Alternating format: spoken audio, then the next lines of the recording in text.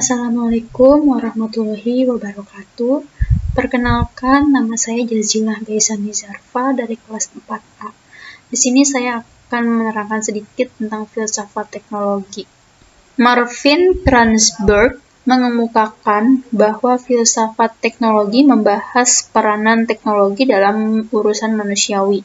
Pembahasan itu berusaha mencari jawaban terhadap persoalan apakah dampak teknologi terhadap kebudayaan dan masyarakat, atau bagaimana perkembangan teknologi mengubah konsep manusia tentang kebenaran, keadilan, dan keindahan.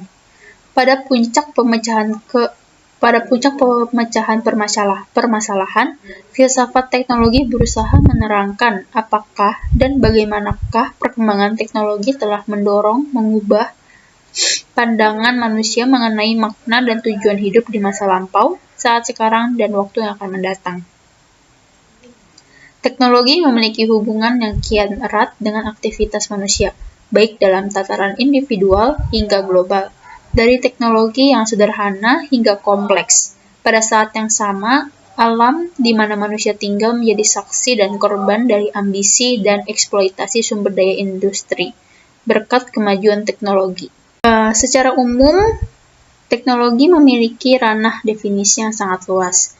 Hal ini dikarenakan teknologi sendiri dapat digunakan untuk merujuk pada berbagai hal yang sangat luas, baik itu menyangkut objek material, pengetahuan praksis, maupun suatu kegiatan tertentu. Secara etimologis, teknologi berasal dari bahasa Yunani, yaitu tekne, yang berarti seni, keterampilan, suatu cara atau sarana untuk mencapai suatu hasil, dan logos yang berarti ilmu atau kata. Dengan demikian, secara harfiah, teknologi dapat diartikan sebagai ilmu tentang cara atau sarana untuk mencapai suatu tujuan. Dalam kebudayaan Yunani kuno, penggunaan kata tekne selalu merujuk kepada dua makna. Pertama, kata tekne mengacu pada aktivitas atau kerajinan menukang menggunakan tangan, serta seni pikiran dan seni halus. Dan yang kedua, kata tekne bermakna keterampilan atau keahlian dalam suatu bidang. Dalam kebudayaan Yunani kuno, penggunaan kata tekne atau keahlian teknik sudah muncul, namun tidak begitu menonjol. Hal ini dikarenakan artefak teknologi yang diciptakan hanya merupakan sebuah hasil dari karya seni yang tidak terlepas dari pemikiran ideal seorang filsuf. Penggunaan kata tekne yang lebih berciri materialis berkembang pada budaya Romawi Helenis. Hal ini nampak dari penciptaan gerbang-gerbang dan saluran-saluran air yang terbuat dari batu yang tidak ada atau diciptakan oleh budaya Yunani kuno. Dalam penggunaan klasik, terdapat dikotomi antara kata tekne dengan kata epitesme, yang dibuat berdasarkan distingsi ontologis terhadap objek masing-masing. Tekne ini lebih merujuk kepada pengetahuan teknologis, sementara episteme lebih merujuk kepada pengetahuan ilmiah. Sebagaimana pengetahuan manusia, perkembangan teknologi juga merupakan sebuah proses akumulasi dari perkembangan pembelajaran manusia, yang secara terus-menerus dan senantiasa disempurnakan dari tahap ke tahap. Perkembangan teknologi sebagai sesuatu yang lebih bersifat materialis praksis, yaitu alat ciptaan manusia, dapat dijabarkan ke dalam beberapa fase. Yang pertama itu ada fase penggunaan otot, yang kedua ada fase penggunaan tenaga alam dan binatang, yang ketiga itu fase revolusi industri, yang keempat itu fase revolusi energi. Lalu ada beberapa definisi teknologi menurut seorang filsuf, Don Ihde. Sebagai seorang filsuf kontemporer yang secara khusus menaruh perhatian terhadap filsafat teknologi, Don Ihde mengakui bahwa definisi tentang teknologi itu sangat luas. Ia sendiri tidak membuat suatu definisi tentang teknologi secara definitif. Siapa saja bisa membuat definisi tentang teknologi. Penggunaan kata tekne dalam kebudayaan Yunani kuno yang hanya berorientasi pada nilai-nilai estetik menurut Ihde merupakan pengertian tentang teknologi yang sempit. Dalam hal ini, orang-orang Yunani kuno belum mampu membedakan seni dan teknologi. Hal ini pula yang menjadi alasan mengapa teknologi lebih berkembang dalam kebudayaan Romawi Helenis yang secara filosofis lebih bersifat eklektik, yaitu memilih dan memilah apa yang baik dari kebudayaan lain dan menerapkannya dalam kebudayaan sendiri. Menurut ide juga, bagaimanapun dalam mendefinisikan teknologi, terdapat 3 ciri utama yang harus diperhatikan. Yang pertama itu, teknologi harus memiliki komponen konkret, yaitu materi. Yang kedua, aspek penggunaan, yaitu aspek praksis. Dan yang ketiga itu, hubungan antara alat-alat teknologi dan umat manusia yang menciptakan, menggunakan, dan mengubahnya. Secara signifikan, teknologi mulai berkembang dan mempenetrasi kebudayaan Eropa pada zaman Renaissance. Hal ini nampak dari penemuan teleskop oleh Galileo Galilei berdasarkan pengetahuannya tentang kaca dan lensa. Bagi Ihde sendiri, Galileo Galilei merupakan orang pertama yang membuat sains mewujudkan diri secara teknologis dengan penggunaan instrumen dan alat-alat eksperimen. Galileo bukanlah seorang spekulator Yunani, melainkan prototipe modern bagi teknosains. Dalam perkembangan selanjutnya, terutama penggunaan teknologi dalam dua perang dunia seperti bom dan senjata pemusnah lainnya, muncul persoalan tentang posisi teknologi. Hal ini dipersoalkan oleh para kaum determinis sosial dan kaum determinis teknologi. Kaum determinis sosial berpendapat bahwa teknologi merupakan suatu entitas yang netral. Teknologi pada dirinya sendiri tidak memiliki efek, kecuali ketika berada di tangan manusia. Sementara kaum determinis teknologis seperti Jean-Jacques Ellul dan Herbert Marcuse berpandangan bahwa teknologi memiliki alur hidupnya sendiri dan berjalan sendiri.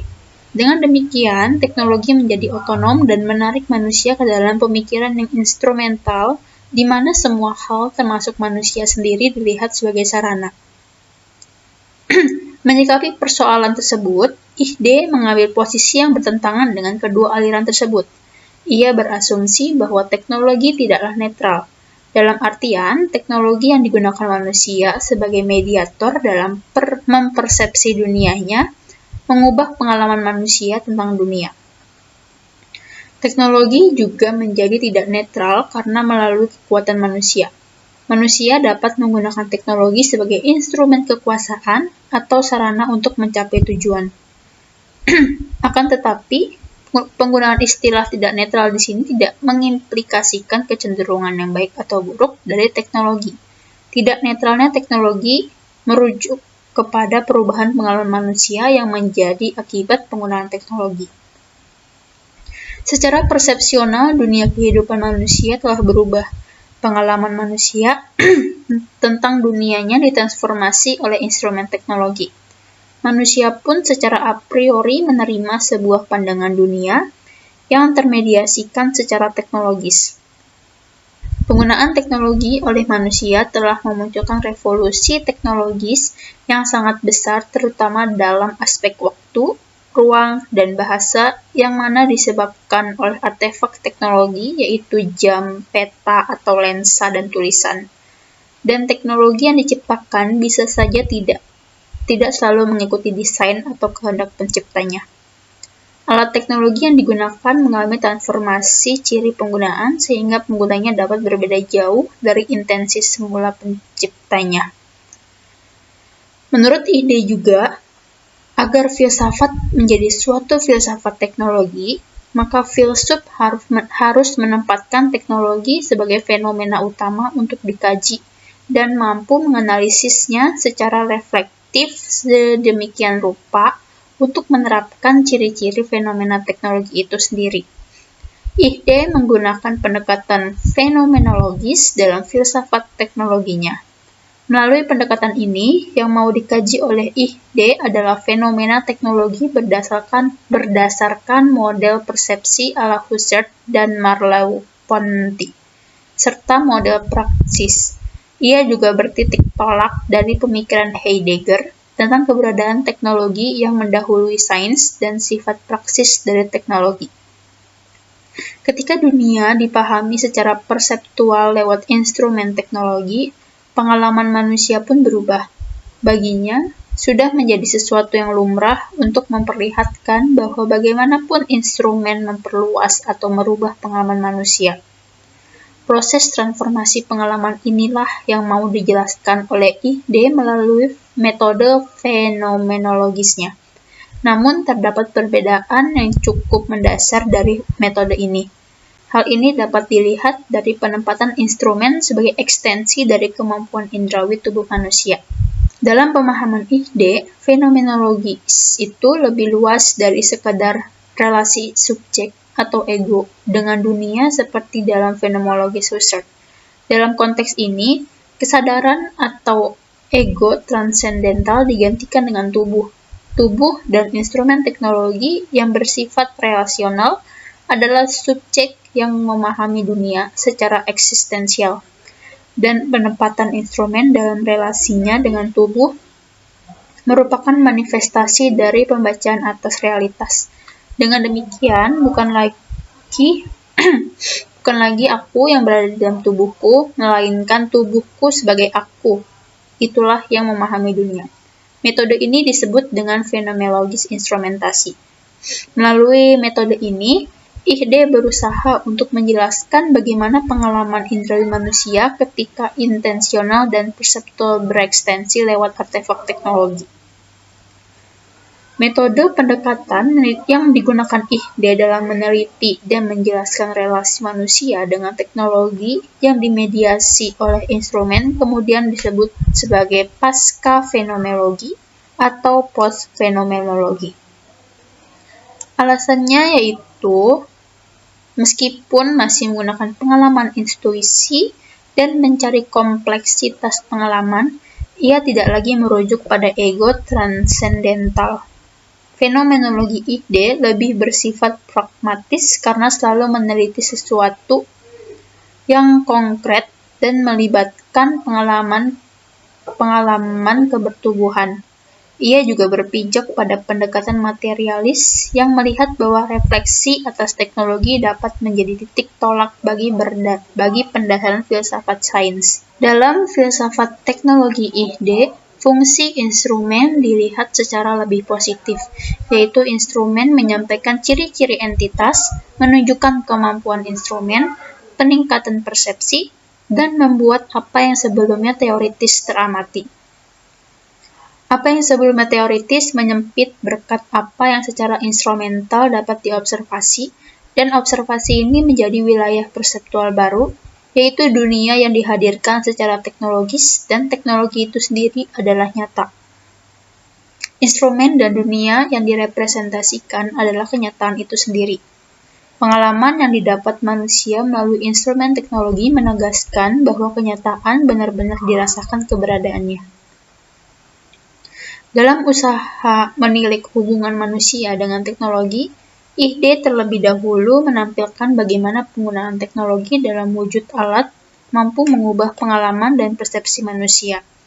Persepsi manusia tentang dunia kehidupan berubah seiring dengan penggunaan teknologi sebagai mediator antara manusia dan dunia kehidupan. Dalam konteks ini terdapat dua jenis persepsi, yaitu mikropersepsi dan makropersepsi. Mikropersepsi adalah persepsi manusia yang langsung melalui tubuh dan semua indranya. Sedangkan makropersepsi adalah persepsi yang manusia peroleh melalui struktur atau budaya di mana manusia itu berada, seperti cara berpikir dan kebiasaan. Setiap mikropersepsi telah tersituasikan dan tidak terpisahkan dari suatu makropersepsi. Dan di antara body one dengan body two terletak dimensi ketiga, yaitu dimensi teknologi. Menurut Ihde, dengan teknologi, cara mengalami dunia diubah secara ontologis. Pada masa modern, filsafat teknologi tidak hanya membahas poiesis dan kaitannya dengan dunia kehidupan saja, tetapi juga artefak atau teknofak yang pasti memengaruhi kehidupan dan kesadaran. Refleksi filosofi tentang teknologi telah menarik respon yang berbeda tentang teknologi. Di Amerika dikenal perkumpulan anti-teknologi yang bernama Neo-Luddite, yaitu sebuah gerakan lanjutan dari Luddisme, gerakan anti-industrialisasi di Inggris pada awal abad ke-19. Dikisahkan bahwa gerakan buruh ini sering merusak mesin karena mengancam lahan kerjanya. Sekarang dikenal Neo-Luddite sebagai gerakan anti-teknologi yang bermanifesto bahwa biosfer lebih utama dari teknosfer, berseberangan dengan teknofobia seperti Luddisme yang melihat hanya dari perspektif bahaya teknologi. Diketahui adanya teknofilia. Istilah ini merujuk kepada orang-orang yang percaya hanya pada keutamaan teknologi. Mereka melihat status ontologis teknologi tanpa mempertimbangkan dampak-dampak yang merugikan. Futurisme, pasca-humanisme, dan transhumanisme berada dalam kategori teknofilia. Dikatakan bahwa teknologi tidak hanya menebus keterasingan manusia modern, tetapi juga membawa kebahagiaan yang diinginkan. Beberapa filsuf telah memberikan perhatian terhadap teknologi dalam dunia kehidupan, di antaranya Martin Heidegger, Jordan Habermas, Jacques Ellul, dan Don Ihde. Heidegger membuka diskursus filsafat teknologi melalui Being and Time, yaitu pada tahun 1927, yang dituntaskan dalam The Question Concerning Technology, yaitu pada tahun 1977.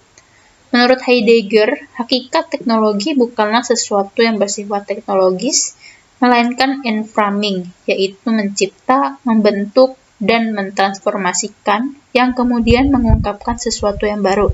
Dari The Question Concerning Technology dapat disimpulkan dua hal.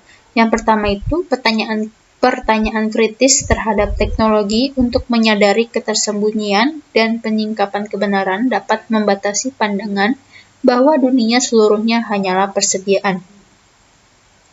Yang kedua, pandangan alternatif dari Gestalt dilakukan dengan menghidupkan kembali teknis sebagai seni.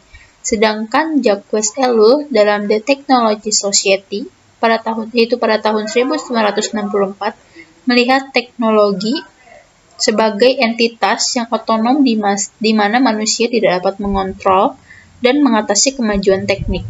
Dengan kata lain, implikasi teknik, sosiologis, dan ekologis dari kemajuan teknik hanya dapat diatasi oleh kemajuan teknik itu sendiri.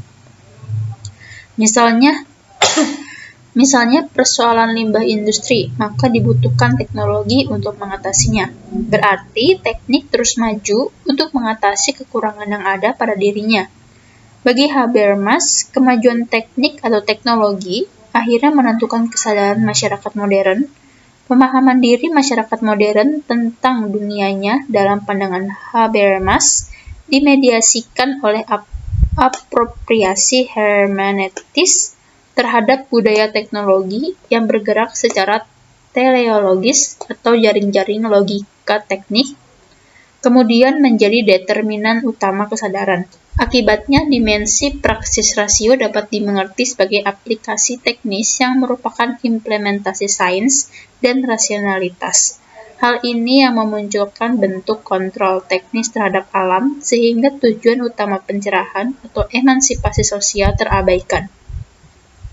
Ilmu pengetahuan lantas dimengerti hanya sebagai cara bagaimana mengontrol dan menguasai alam hingga masyarakat modern tenggelam dan terarahkan oleh dimensi teknis dari pengetahuan.